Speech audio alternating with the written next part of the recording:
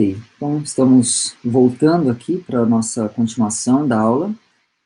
Nessa parte da aula, a gente vai trabalhar um exemplo. Eu vou trazer para vocês um problema de otimização. Eu escolhi um bem simples, talvez o mais simples possível, para não apresentar a ideia assim, com algo já muito elaborado, né?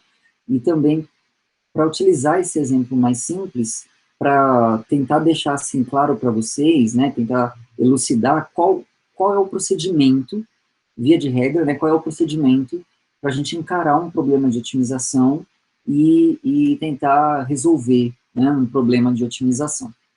Então, o exemplo que eu quero considerar aqui com vocês o problema é esse daqui, ó. Então, problema,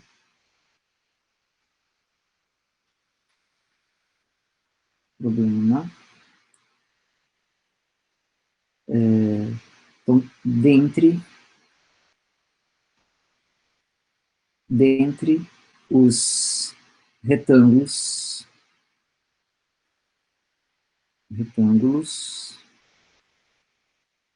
de perímetro,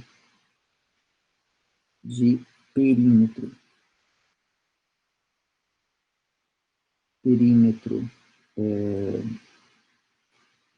16, encontre aquele cuja área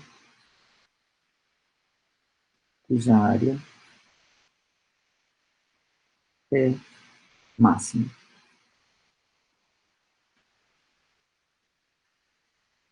Encontre aquele cuja área é máxima. Certo? Esse é o problema, né? Eu coloquei aqui a formulação mais simples e direta desse problema.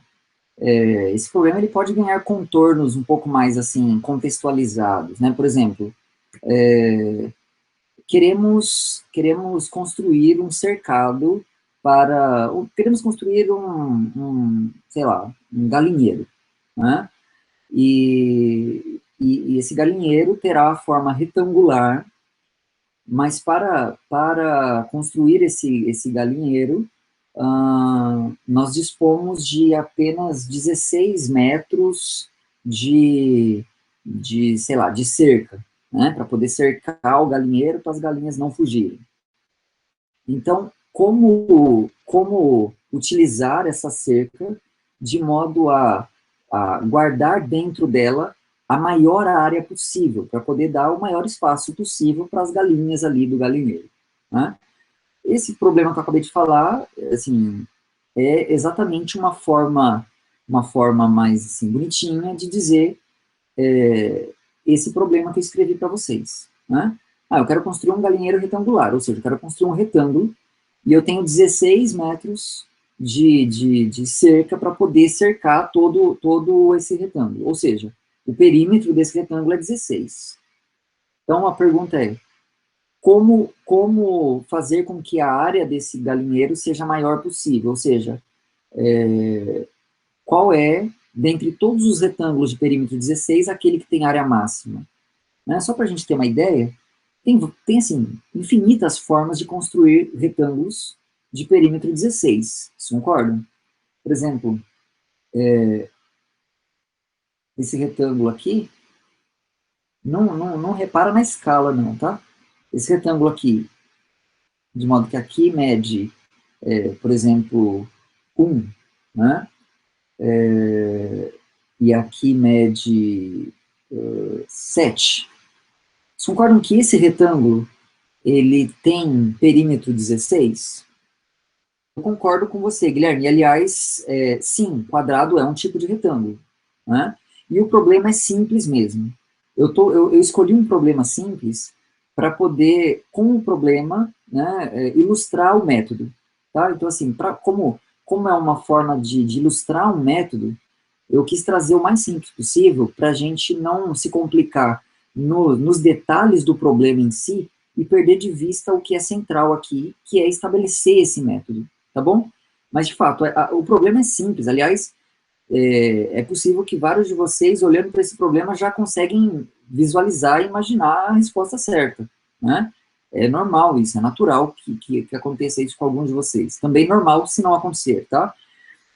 Mas aqui a ideia é usarmos esse problema simples para ilustrarmos o método, tá bom? Como resolver, qual é a estratégia para resolvermos problemas de otimização, tá? Então, isso que a gente está tentando ilustrar aqui.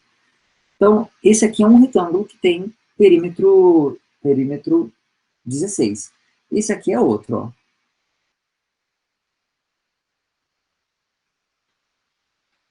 Esse aqui é outro. Vocês concordam? Né? Deixa eu ver se eu estou fazendo certo, viu? Porque eu posso estar errando a conta aqui. 2, 4, mais 12, 16, tá certo. Por exemplo, desses dois, qual deles a área é maior? Né? Bom, calcula aqui, né? Base vezes altura, 7 vezes 1, 7. Base vezes altura, 6 vezes 2, 12. Né? Então, olha, eu já sei que esse aqui não vai ser. Né? Esse aqui não vai ser. Perfeito, Guilherme, o que tem a área maior é esse. Né? A questão é, eu não sei se esse é o que tem a maior área possível. O problema aqui é encontrar aquele que terá a maior área possível, certo? Então, estamos diante de um problema de otimização. Né? Como é que você reconhece um problema de otimização? No enunciado você vai ver, ó, encontre algo que vai fazer com que tal quantidade seja máxima, ou tal quantidade seja mínima, ou descubra qual o lucro máximo nessas circunstâncias, né? Descubra qual é o gasto mínimo dadas as condições tal. Você vai encontrar essas palavras, né? E aí você sabe que você está diante de um problema de otimização. Aqui, essa palavra está aqui, né? Bem explícita, inclusive. O problema é encontrar o retângulo de perímetro 16 que tem área máxima. A segunda coisa que a gente identifica, então, já identifiquei que é um problema de otimização. A segunda coisa que a gente precisa identificar é qual quantidade, qual grandeza, qual variável você quer tornar máxima ou mínima, você quer otimizar. Né? Nesse caso desse problema, qual é a quantidade, qual é a grandeza que a gente quer otimizar? Né? O que eu quero otimizar aqui é a área, exatamente. Então, a primeira coisa é isso, identifique qual é a quantidade que você quer otimizar. Nesse caso, é a área. O segundo passo é, aliás, o terceiro, né? Identifiquei qual é a quantidade que eu quero maximizar. Agora, encontre um modelo para essa quantidade. Um modelo matemático. O que é encontrar um modelo matemático? É encontrar a função que descreve essa quantidade. Certo? Essa é, diria eu, que a parte mais desafiadora dos problemas de otimização. É encontrar um modelo matemático, encontrar a função que vai descrever aquela quantidade que eu quero otimizar. Tá bom? Nesse caso aqui, eu vou desenhar um retângulo aqui genérico, né? Um retângulo aqui genérico. Vou chamar os lados dele de x e y, certo? A gente já identificou que o que nós queremos otimizar é a área, né? Como eu posso expressar a área desse retângulo, né? A partir desses nomes que eu dei para os seus lados. Quem é a área? Quem é a área aqui? X vezes Y, exatamente. Guilherme, Mayumi, Júlio, Marcelo, XY. Né? Então, portanto, a área, que eu vou chamar de A, vou chamar essa função de A, né? A de área, é igual a X vezes Y. Pergunta, já encontramos a função, o modelo matemático que descreve a quantidade que queremos otimizar? Sim ou não? Já encontramos? Já está bonitinha? Já está no jeito? Ou não? Sim ou não? O que vocês acham? Qual é o sentimento de vocês? Se quiser, pode responder sim e não. Usa a estratégia do Júlio. Né? Responda sim e não, que você garante que é certo. O Guilherme acha que sim. Bom, beleza. Aqui eu já tenho a fórmula da área. Né? A expressão que descreve a área tá ok. Né? Só que tem um problema aqui. Alguém consegue enxergar um problema nessa expressão? Certo, Marcelo? Não e sim. Resposta certa, né? E resposta errada também, né? Alguém enxerga alguma dificuldade nessa expressão? Porque lembre que isso aqui é uma função, né? Nessa função, a quantidade que a gente quer maximizar nesse caso, né? A quantidade, a variável dependente é o A. Essa aqui é a variável dependente da nossa função. Quem é a variável independente? Exato, Júlio. O Júlio foi no cerne da questão. O problema aqui é que eu tenho duas variáveis aqui, duas variáveis, duas variáveis, dois nomes diferentes de variáveis, e para isso aqui ser uma função de R em R, eu tenho que ter uma variável só aqui. Então, é aqui que eu me refiro que é a parte mais desafiadora na hora de resolver um problema de otimização. Encontrei essa expressão, beleza. Né? Só que agora eu tenho que transformar isso daqui numa função, numa expressão que dependa de uma única variável. Esse é o trabalho que a gente tem que fazer, certo? Ou seja, como a gente gosta de ter a variável independente com o nome x, né? A gente não prefere? Ou você acha legal quando o professor chega assim, considere a função f de y igual a... Não é estranho, né? Pô, f de y, parece até que tá errado, né? Não, é f de x, né? Assim, é bom a gente entender que o nome não importa, tá? Pode ser f de y. A questão é que, tradicionalmente, a gente chama a variável independente de x e a dependente de y, né? Aqui, nesse caso, eu estou chamando a dependente de a. Eu estou dando outro nome para ela. Mas eu vou preservar a variável x para ser a variável independente. O problema, então, é possível trocar esse y por algo que dependa de x? Esse é o trabalho aqui. O que vocês acham? Vocês conseguem enxergar como, de alguma forma, enxergar uma relação entre x e y que nos permita, digamos, isolar y em função de x e substituir aqui de modo a ter uma função que só dependa de y? Uso o perímetro. Exatamente. Mayumi, Guilherme, Guilhermes, né? Perfeito, gente, perfeito. A gente não sabe que o perímetro desse retângulo é 16? Então, se o perímetro é 16, né? Então, ó, mas o perímetro, né? O perímetro desse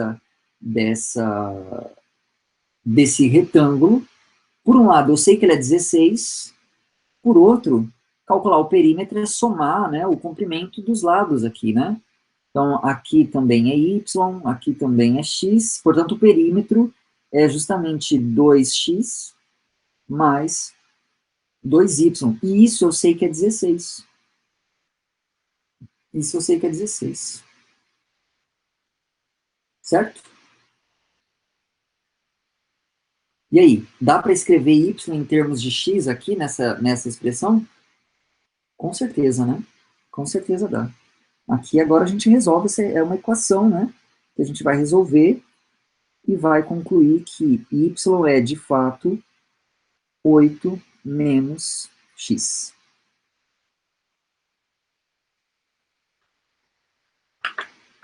Concorda? Então, aqui é um argumentozinho à parte, né? Para a gente poder fazer esse trabalho de escrever y em função de x e, assim, podemos tornar a expressão da área dependendo de apenas uma variável, né? E agora a gente pode usar isso para dizer que a área, que agora eu vou expressar como uma função de x, vai ser igual a x vezes y, né? Só que no lugar de y, agora eu posso escrever isso aqui, ó.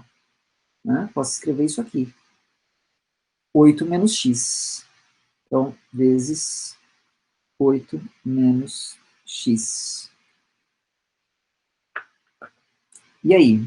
Obtive uma expressão para a quantidade que queremos otimizar, dependendo de apenas uma variável independente? Sim ou não? Conseguimos achar uma função dependendo só de uma variável?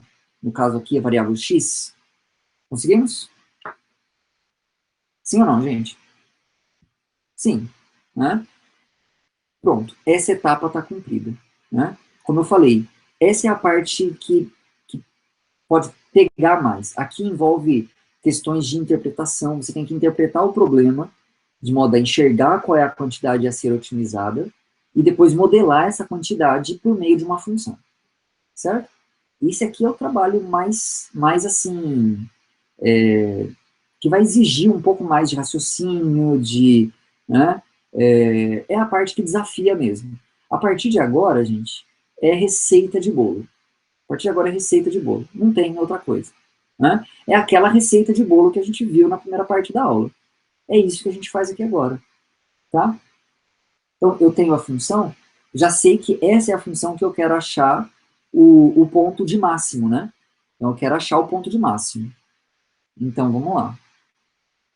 Então, eu vou reescrever ela aqui, né? A função que a gente quer então, achar ponto de máximo é essa daqui. A de x igual a x vezes 8 menos x, né?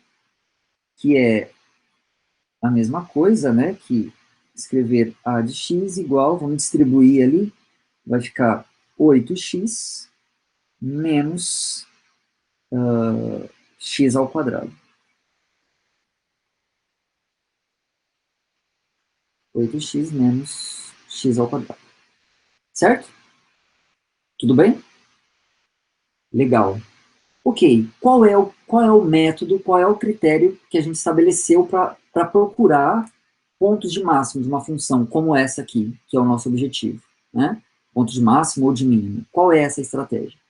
A estratégia é, primeira coisa que você faz, deriva, né? Deriva essa função. Então, esse é o primeiro passo. Então, a gente calcula a derivada dessa função, né? A linha de x, nesse caso, a linha de x será 8, né? Derivada de 8x, menos 2x. Ok? Primeiro passo, calcula a derivada da função. Segundo passo, iguala essa derivada a zero e você vai obter uma equação. E aí você resolve essa equação. E quando você resolve essa equação, a linha de x igual a zero, você vai estar encontrando os candidatos a serem o ponto de máximo que a gente procura. Né? Então, aqui, eu vou igualar isso a zero. Né? Eu quero encontrar quem é x, tal que a derivada da função a no ponto x seja zero. Para isso, eu vou ter que encontrar quem é x, tal que 8 menos 2x seja zero. Né? Bom, resolvemos a equação do primeiro grau aqui, e a gente vai concluir que x vai ser igual a 4. Certo? Dizer que 4 é o ponto tal que a derivada, né, a linha aplicada no ponto 4 dá zero, já nos permite afirmar que o 4 é ponto de máximo? Permite afirmar isso? Não. Se a gente quer ter certeza em relação a isso, a gente tem que ir para o próximo passo.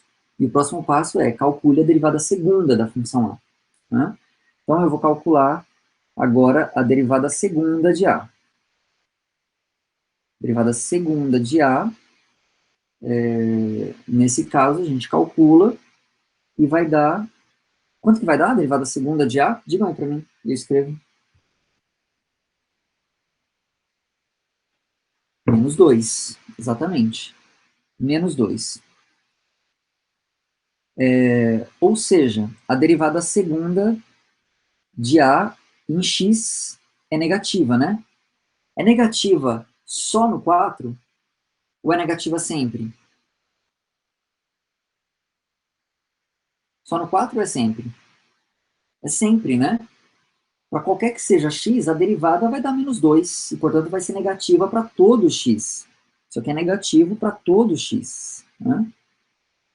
Usando aquele símbolo, né? Aquele A de ponta cabeça, né? Significa para todo, ou para qualquer que seja.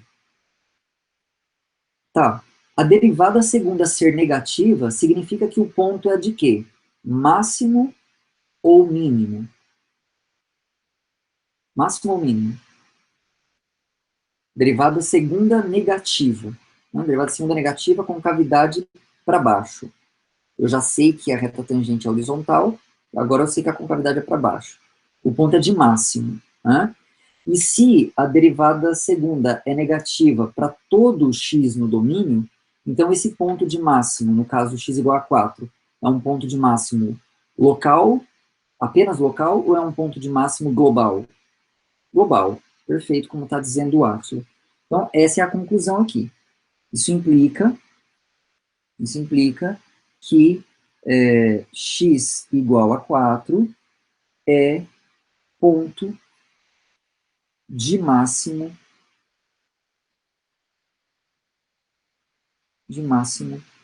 global. Global. Né? Ponto de máximo global.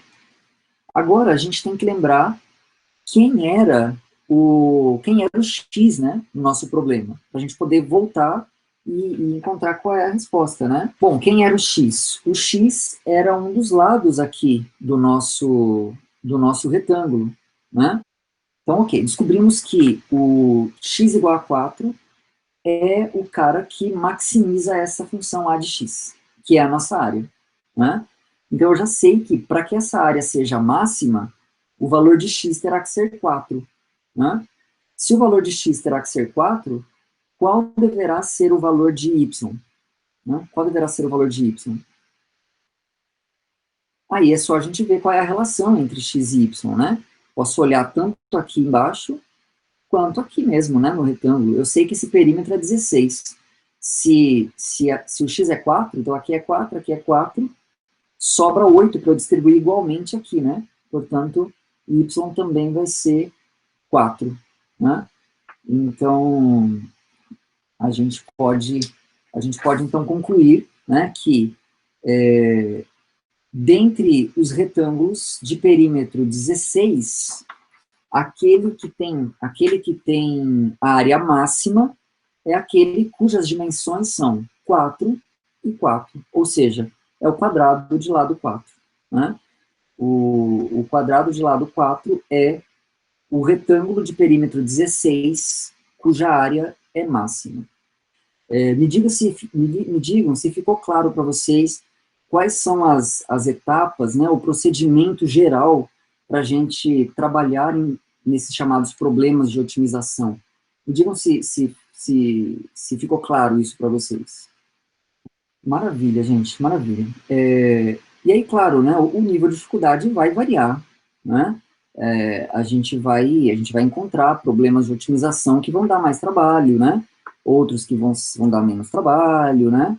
Outros que a gente vai olhar para ele, a gente vai sentir vontade de chorar, né? E se sentir vontade de chorar, chora, põe para fora e depois você resolve, tá bom? Mas a ideia é sempre essa, não vai fugir disso, né? E qual é essa ideia, né?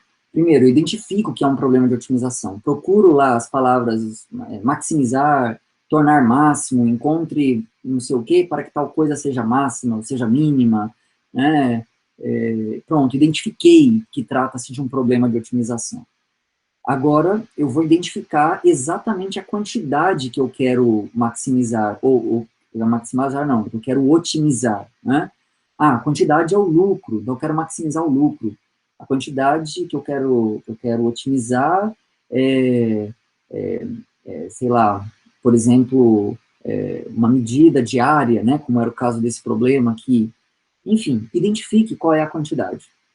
Deixou a quantidade bem clara para você? Ó, já sei que o que eu tenho que otimizar é a área, é o lucro, é a quantidade de material, enfim, né? Próximo passo é encontrar o modelo matemático que descreva essa quantidade em termos de uma única variável. Então, em geral, vai ser encontrar essa expressão, via de regra, isso vai vir com mais de uma variável, e aí você vai precisar escrever uma dessas variáveis em função da outra, para poder, aí sim, encontrar a função que descreve o modelo, né, em termos de função de uma variável, que descreve aquela quantidade que você quer otimizar. E aí o procedimento que a gente fez. Calcula a derivada primeira, igual a zero, encontra o valor de x, faz o teste da derivada segunda, para ver se de fato aquele valor te serve, e aí conclui. Certo? Esse é o procedimento. E como eu falei assim, onde fica assim o cerne, né? A dificuldade maior, o desafio maior é no trabalho de encontrar um modelo. Né? É ali que a gente vai precisar acionar aí nossos neurônios de maneira mais, né, mais efetiva, né? Não dá só para soltar na ladeira ali, né, fechar o olho, pensar no lanche, enquanto a coisa acontece naturalmente, né? Você tem que estar ali e tem que concentrar, tem que pensar, às vezes você pode pensar um tempo e não dá certo, e aí você pensa de novo, e aí continua não dando certo, e aí você pensa, né, 10 vezes, e aí ainda não dá certo, né? Aí você desiste, você vai jogar Warzone, né?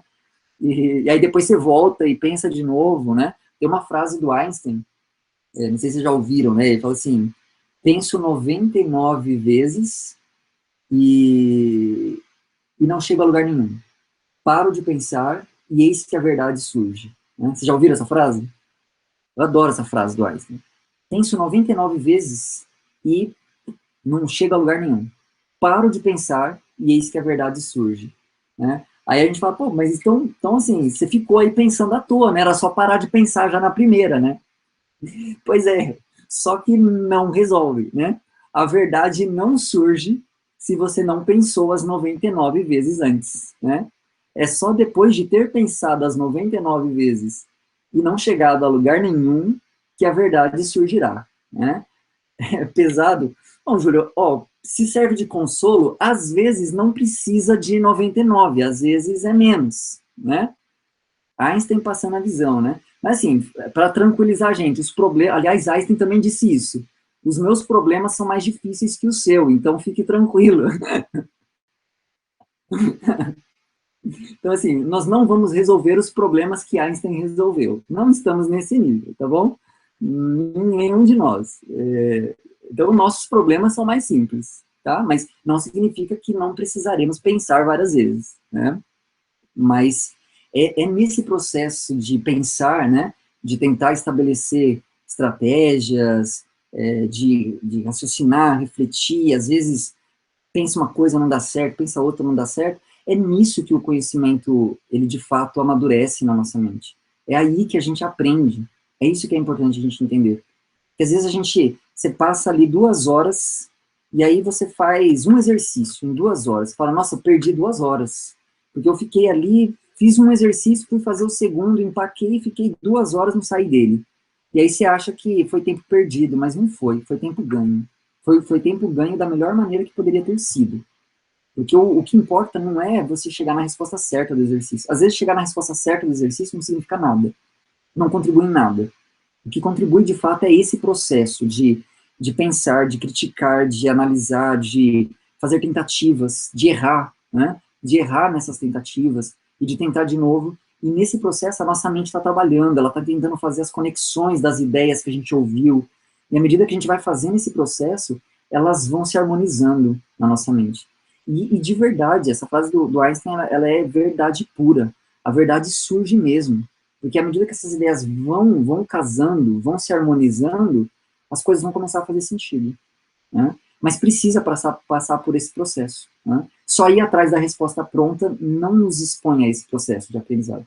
A resposta pronta, né, ela está lá. Ah, é a resposta certa, beleza, mas ela não serve para nada. Né? Porque o aprendizado mesmo ele acontece no caminho, é no processo. Certo, gente?